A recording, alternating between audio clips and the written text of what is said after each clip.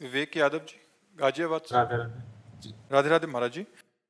महाराज जी, परीक्षा में कुछ असफलताओं के बाद मन व्यथित रहता है। एक तरफ लगता है कि मैं कहीं अपने साथियों से पीछे छूटता जा रहा हूं, दूसरी तरफ लगता है अगर सफल नहीं हुआ तो मेरा क्या होगा। महाराज जी, ऐसे में महाराज जी मेरा मार्गदर्शन करें कि हाँ मैं बिल्कुल, कैसे। ये नई अवस्था में ये सोच तो होती है।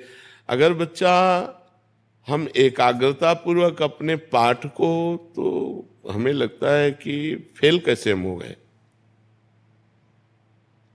आपके ग्रंथ इतने बड़े बड़े नहीं, हमारे ग्रंथ इतने मोटे मोटे हैं।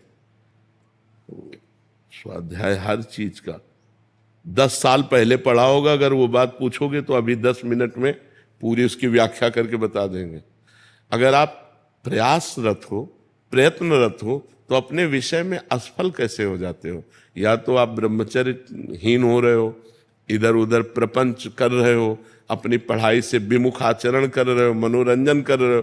नहीं तो बच्चा, अपने चैप्टर को हमें 1 साल दिया जाता है, 1 वर्ष दिया जाता है अपने चैप्टर को कंठस्थ करने के लिए, पुष्ट करने के लिए। कितनी पढ़ाई होगी। बिल्कुल, मतलब जिस विषय में लगो उस विषय में एकदम। तो हम कह रहे हैं तुम्हारा जो चैप्टर है हम उसे कंठस्थ कर सकते हैं। तो हम इतने कमजोर क्यों हैं कि हम फेल हो जाते हैं। अगर ये हो कि भाई टीचर कोई पक्षपात करता है तो बात अलग है, नहीं तो हम फेल क्यों हो जाते हैं। कहीं ना कहीं हम गलत हैं। हम अपनी गलती को सुधारें। और असफलता मिलना सफलता का एक प्रतीक है कि हमें और जोश आना चाहिए। आप जीवन में कभी असफल नहीं होंगे।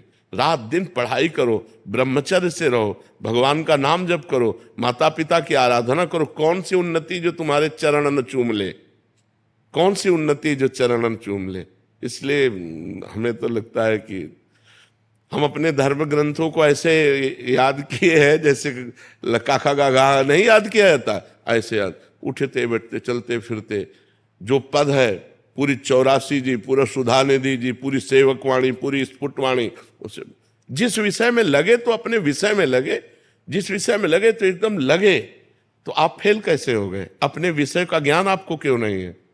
ऐसा तो कोई चैप्टर प्रश्न दिया नहीं जाता जो क्लास का ना हो। मान लो आप 12वीं में हैं तो 12वीं के क्लास